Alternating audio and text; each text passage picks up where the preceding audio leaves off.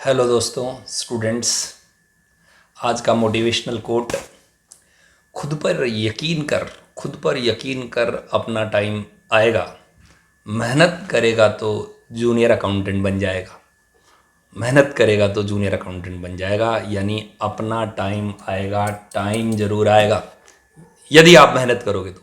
इसी motivational quote के साथ आपका दोस्त सीए दीपक सिंह, अकाउंटिंग गुरु, आज के टॉपिक में ऑडिटिंग से रिलेटेड एक महत्वपूर्ण केस लेके आया है जिसका नाम है London and general bank case.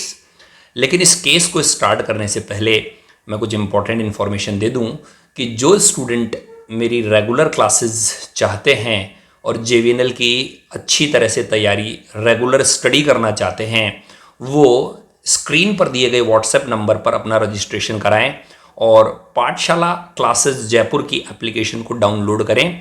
मेरी वहाँ पर रेगुलर क्लासेस 15 अगस्त से अवेलेबल हो जाएगी और मैं उसमें 3 सब्जेक्ट्स लूँगा जो कि आपकी स्क्रीन पर दिख रहे होंगे: अकाउंटिंग, कॉस्ट अकाउंटिंग और ऑडिटिंग। तीनों सब्जेक्ट की फ़ी है 3000 रुपये केवल इस टाइम पीरियड में। उसमें आपका पूरा कोर्स करवाया जाएगा जेवीएनएल से रिलेटेड, अकाउंटिंग का, कॉस्ट अकाउंटिंग का और ऑडिटिंग का। जो बच्चे बाकी के सब्जेक्ट करना चाहते हैं, इनकम टैक्स और एफएम, वो अदर फैकल्टीज़ कराएगी, उसकी फ़ीस 2000 रुपये है। तो इसी जानकारी के साथ आज का टॉपिक हम लोग स्टार्ट करते हैं। केस का नाम है London and general bank case. London and general bank case के बारे में मैं बता दूं आपको, इसका ईयर है 1895, 1895, और न्यायाधीश जज का नाम है जस्टिस लिंडले।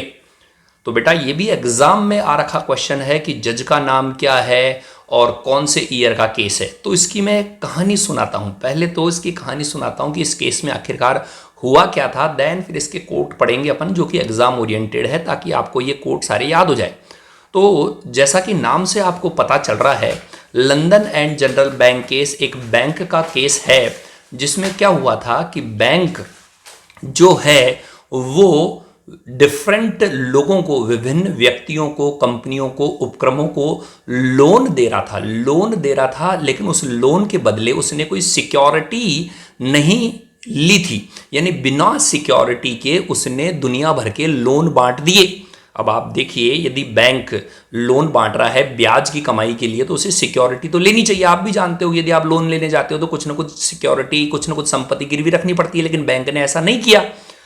अब हुआ क्या कि बैंक लोन पे लोन बांटा जा रहा था, सिक्योरिटी कोई गिरवी नहीं थी, बैंक को इंटरेस्ट इनकम भी नहीं मिल रहा था, बैंक को ब्याज की कमाई भी नहीं हो रही थी। लेकिन London and general bank case, जो कि एक कंपनी थी, वह अपनी बुक्स में इंटरेस्ट इनकम को रिकॉर्ड किए जा रही थी, डिविडेंड बांटे जा रही थी। भाई एक्चुअली में कमाई तो हो नहीं रही थी, बस एक्रूवल कंसेप्ट के आधार पर, उपार्जन अवधारणा के आधार पर वो अपनी बुक्स में interest income, profit and loss account में रिकॉर्ड किए जा रही थी और प्रॉफिट रिकॉर्ड कर करके डिविडेंड बांटे जा रही थी।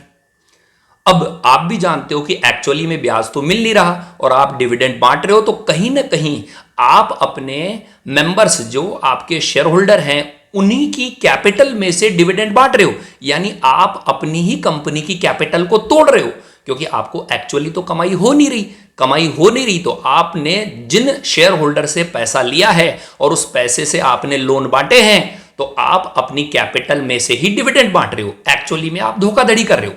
तो हुआ क्या कि इस केस में जो इस London and general bank case का ऑडिटर था, उसे ये बात पता चल गई कि कंपनी के तो भाई साहब फाइनेंशियल स्टेटमेंट गड़बड़ है।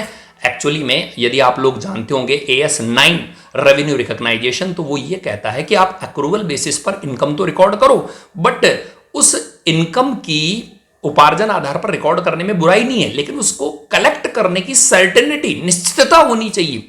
जैसे ब्याज की कमाई यदि आपको इस साल नहीं मिली, तो अगले साल मिलने की आपको संभावना पक्की लगनी चाहिए, तभी आप रिकॉर्ड कर सकते हो, अदरवाइज आप उसे रिकॉर्ड नहीं कर सकते। और जो London and general bank case वाली कंपनी थी, वो इस बात को पूरी तरह से नकार रही थी। उसे पता था कि भाई सिक्योरिटी भी नहीं है और न ही भविष्य में मिलने की कोई संभावना दिख रही है, और जबरदस्ती रिकॉर्ड किए जा रही थी। ऑडिटर साहब को इस बात का पता चल गया था। लेकिन हुआ क्या कि ऑडिटर ने ये बात जब कंपनी के डायरेक्टर्स को बताई तो डायरेक्टर्स ने बोला कि भाई साहब आप ट्रू एंड फेयर का रिप्रेजेंटेशन कर दो, आप इस बात को बता दो, हम ही खुद ही मीटिंग के अंदर मेंबर्स को बता देंगे कि ऐसे ऐसे बात है। अब ऑडिटर ने जो सोचा, उसने सोचा कि ठीक है ये ऐसा कर देंगे, लेकिन उसने क्या किया, अपनी ऑडिट रिपोर्ट में एक शब्द डाल दिया कि कंपनी की जो असेट है, कंपनी की जो असेट है वो उनका जो वसूली मूल्य है उसके ऊपर बैंक डिपेंड कर रहा है। यानी बैंक ने जो दुनिया भर के लोन बांट रखे हैं उनका वसूली मूल्य जो है उनके आधार पर ही बैंक की स्थिति निर्भर कर रही है। और ऑडिटर ने सोचा मैं तो फ्री हो गया, क्योंकि यदि जो लोन बांट से पैसा नहीं मिलेगा, जो पैसा नहीं मिल रहा है तो लोग बाग इससे समझ जाएंगे, लेकिन आप भी जानते हो इतना कौन समझता है। अब हुआ क्या कि कंपनी जो है उसने अपनी एजीएम में इस बार भी डिविडेंड बांट दिया, लगभग 7% के आसपास डिविडेंड बांटा था उस टाइम पे, और ऐसे हर साल चलता गया। और अल्टीमेटली हुआ क्या कि कंपनी डूब गई। और जब कंपनी डूब गई तो सारे के सारे शेयर होल्डर ऑडिटर पर पिल पड़े। उन्होंने कहा हमने तो इसकी ऑडिट रिपोर्ट के आधार पर कंपनी में इन्वेस्टमेंट किया था और शेयर खरीदे थे, ये तो ऑडिटर झूठा है, इसने तो सही और उचित राय प्रकट करने नहीं की। तब ये केस बना, केस का नाम London and general bank case था कि ऑडिटर ने सही राय प्रस्तुत नहीं की। तो यहां पर जो जज साहब थे, जज न्यायाधीश लिंडले, उन्होंने कई सेंटेंस बोले और उन्हीं सेंटेंस से रिलेटेड हमारे एग्जाम में क्या आते हैं, क्वेश्चंस आते हैं। तो उन्हीं क्वेश्चन को अपन देख लेते हैं। जज साहब ने ये बोला कि ये देखिए केस में क्या क्या बोला। एक तो बोला अंकेशक एक बीमाकर्ता नहीं है, वह सभी प्रकार के कपट और अशुद्धियों को पकड़ने की गारंटी नहीं देता। Auditor is not an insurer, he does not guarantee to catch all type of fraud and inaccuracies. दूसरा सेंटेंस बोला, अब एग्जाम में होता क्या है, इन्हीं सेंटेंस को लिख करके सीधा एग्जाम में क्वेश्चन आ जाता है कि ये सेंटेंस दे दिया, कौन से केस में ऐसा कहा गया, तो London and general bank case में, ईयर कौन सा है, जज का नाम क्या है। अंकेशक का कर्तव्य सत्यता की गारंटी देना नहीं है। तीसरा सेंटेंस जो जज साहब ने बोला, अंकेशक को अपना काम ईमानदारी से करना चाहिए, auditor should do his work honestly. दूसरा, the duty of auditor is not to guarantee the truth. पांचवा सेंटेंस, अंकेशक का कर्तव्य संचालकों और सदस्यों को सलाह देना नहीं है, the duty of auditor is not to advise member and director. इसके अलावा भी ऑडिटर साहब के लिए जज लिंडले ने, जस्टिस लिंडले ने कुछ सेंटेंस बोले। वो सेंटेंस मैं बोल रहा हूं कि जो शेयर होल्डर को केवल हिंट ही नहीं देना चाहिए ऑडिटर को, ये भी एग्जाम में आ सकता है, मैंने लिखा नहीं, शेयर होल्डर को हिंट ही नहीं देना चाहिए, उसे उसकी पूरी सूचना देनी चाहिए, ये भी इस केस में बोला गया था। इसके अलावा उसने ये बोला था कि यदि ऑडिटर लेखा पुस्तकों से, बुक्स ऑफ अकाउंट से सेटिस्फाइड नहीं हो तो उसे शेयर होल्डर को बतानी चाहिए। और बाकी जो चीजें हैं वो मैंने आपको यहां पर लिखवा दी। तो केस का नाम London and general bank case था। क्या क्या चीजें बोली गई वो आपको मैंने 1 से लेकर के 5 तक बता दी कि ये चीजें बोली थी। सत्यता की गारंटी देना अंकेशर की ड्यूटी नहीं है, ईमानदारी से, ऑनेस्टी से काम करना चाहिए, ठीक है ना। केवल ऑडिटर संदेहप्रद स्थिति में ही चतुराई से काम करे, ये उसका कर्तव्य नहीं है, यानी हर हाल में उसे चतुराई से काम करना चाहिए। ये नहीं कि डाउटफुल पोजीशन है तभी चतुराई से काम करेगा।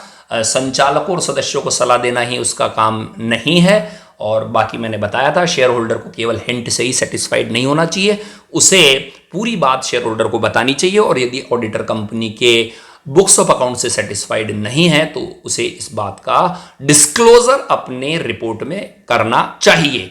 तो ये था London and general bank case.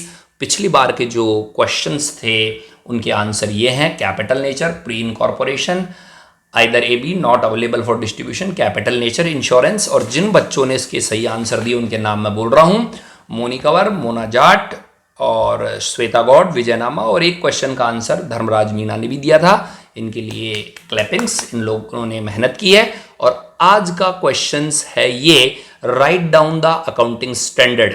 आपको अकाउंटिंग स्टैंडर्ड के नाम लिखने हैं जो कि इन 5 बिंदुओं से संबंधित है। अर्निंग पर शेयर का एएस कौन सा है, प्रॉपर्टी प्लांट एंड इक्विपमेंट का एएस कौन सा है, इन्वेंट्री का अकाउंटिंग स्टैंडर्ड कौन सा है, बोरोइंग कॉस्ट का अकाउंटिंग स्टैंडर्ड कौन सा है, रेवेन्यू रिकॉग्नाइजेशन का अकाउंटिंग स्टैंडर्ड कौन सा है।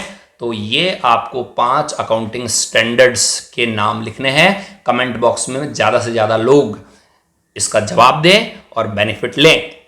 ठीक है। जो बच्चे मेरे लेक्चर को नहीं देख पाए हैं, पुराने लेक्चर को, उनके लिए मैंने डिस्क्रिप्शन बॉक्स में पुराने वीडियोस के लिंक्स डाल दिए हैं, आप वहां पर जाकर बेनिफिट उठा सकते हो। तो एक बार इसी के साथ मैं अपना टॉपिक खत्म करता हूं। आप सभी लोगों को राखी त्यौहार की ढेर सारी शुभकामनाएं, और आप हर्षोल्लास से ये त्यौहार मनाएं और एग्जाम की भी तैयारी करते जाएं।